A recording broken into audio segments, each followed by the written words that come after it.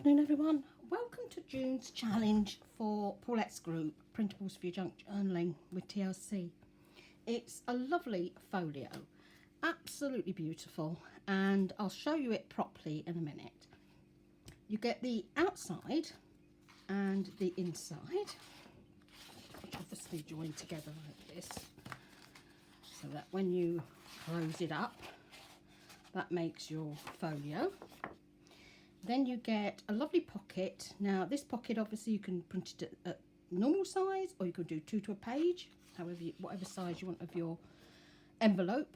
And then we've got this gorgeous little journaling card here. You cut these bits out, you know, like the Tim Holtz one, so you can tuck stuff inside. What I would recommend is printing the postcard off, and then you can stick that on top of that, and it gives a lovely background. I'll show you mine shortly. And again, print them at the size you want to print them. The postcard I also printed at full size, and then I've used that to make some other bits with it. Then here you've got a couple of pockets here, the little ones, and a strip pocket for the side. Beautiful sunflowers. Then this is the cover for a notebook, okay? And got gorgeous bees there. They're probably about the best bees I've seen for a while, and they are really easy to cut out. I will tell you that they are really easy, and I've cut a few out. Here's your notebook extra pages, and these little journaling cards. And here we have a little gnome with his sunflower.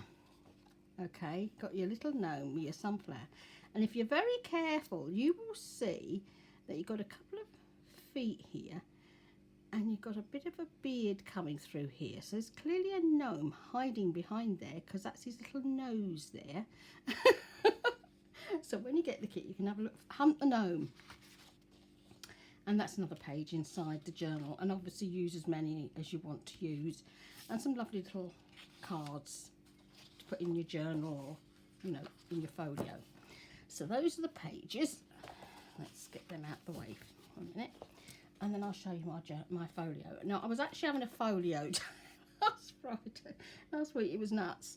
So I did this folio here for the challenge in Natalie's group. Then I did this one the next day, and this was from Narelle, and I'm going to be showing how to do this and make this as a Sunday make. And then I did Paulette, so I had 3 days of folios. It was so funny. When I saw what Paulette had done, I was like, I know I can make them. So it was a folio day. Anyway, how I've closed mine is I've done the little paper clip fasteners on there, you know, your brads. There's a little bit of string on there. Wait, not undoing. That's it. And I've covered the back. That large page, the postcard, I punched out some 1-inch circles just to cover over the back of the brad. It just makes it a little bit neater and easier. It's there as well, and it just stops you catching your ephemera on it when you're pushing it in and out. It just makes it a little bit easier. So this is the big envelope, and it's lovely. Really, really lovely envelope. Now I have done it so that you will put your stuff in there, and that's the flap.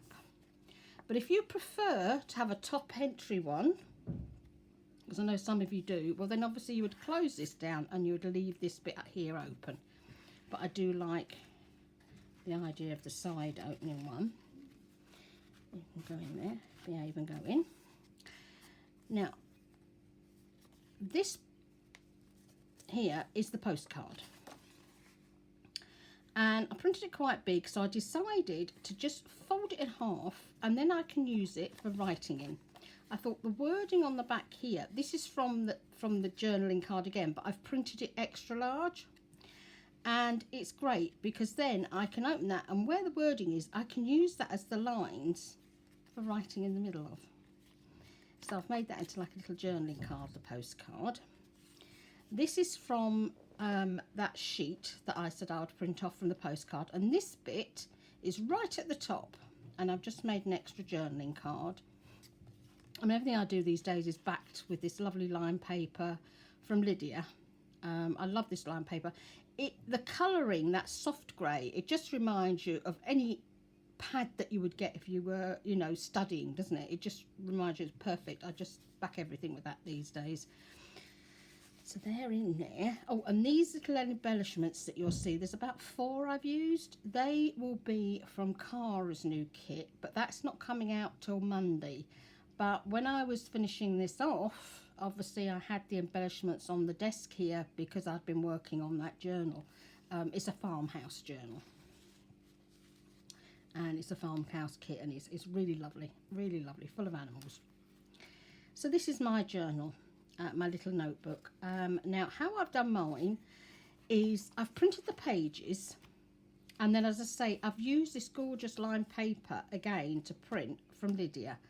I thought it was going to be so lovely because I can write on here, or whoever gets this can write on here. Here you can put pictures, you can put receipts, you know, and you can still write over those pages. And I've just literally, you know, use the 2 pages again and again, you know, but alternated them through the book. And it just gives a lovely little notebook. It really does. I love that notebook.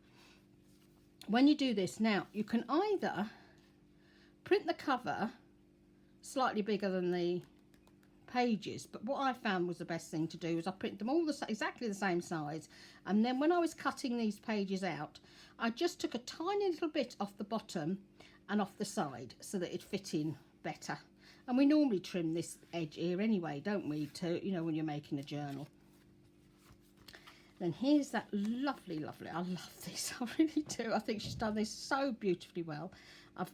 We'll take out my little journaling cards first so you can see where I've done all my cutting. And as you can see, with all the lines at the back there, it didn't print very well. It needs the head cleaning, but you're not going to see that anyway. So here you can see this is where all the, if I get that little tiny pair of scissors, you'll be able to see better where all the little lines are. So you've got one there to tuck in, there, there, and there. And here, if I go through there, you should be able to see I've even fussy cut all this leaf out. But you don't have to fussy cut the leaf out, because that actually joins to that. You can just cut this bit here out, leave this bit here white, and then, you know, put a bit of distress over it or something. And then there's one here. Now, if you don't want to cut that one, again, leave the white in there and just put distress over it, okay? And then these are these lovely, lovely little journaling cards, and I've just been popping them in here. Wherever they fit. You see he's going to play peekaboo now. There he is.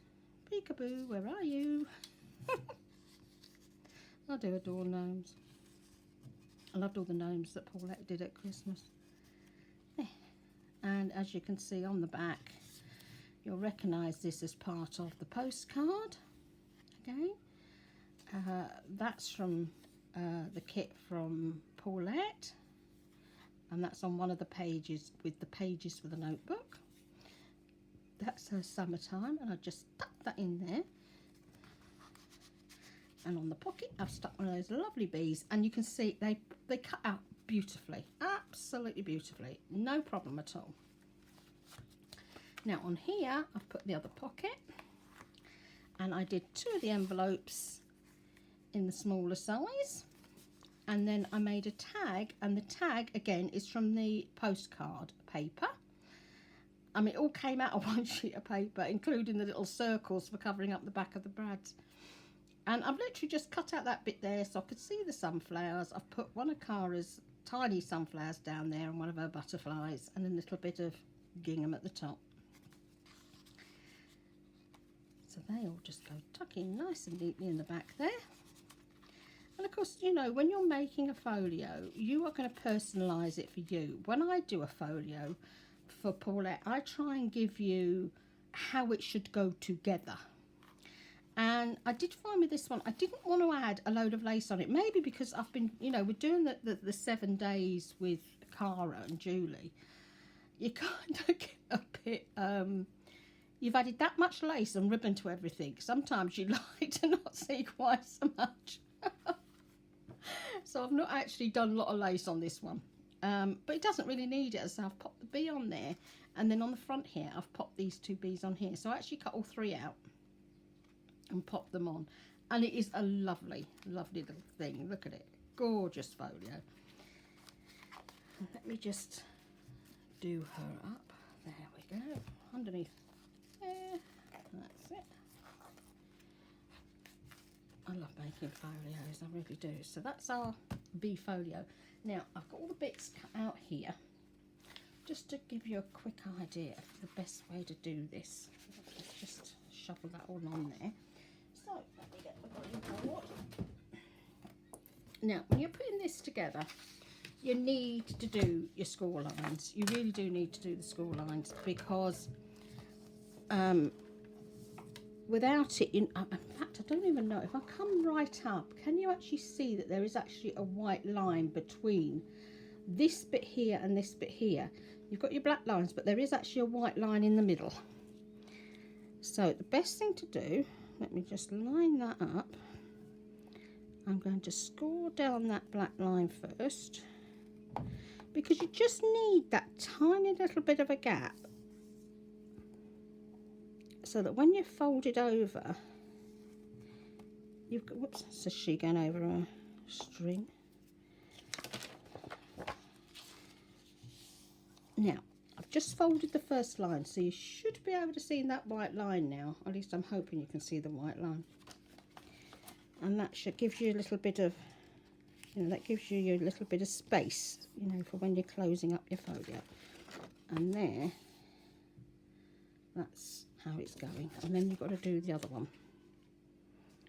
Now, obviously, I would have glued these two together first before I do the lines. You know, you need to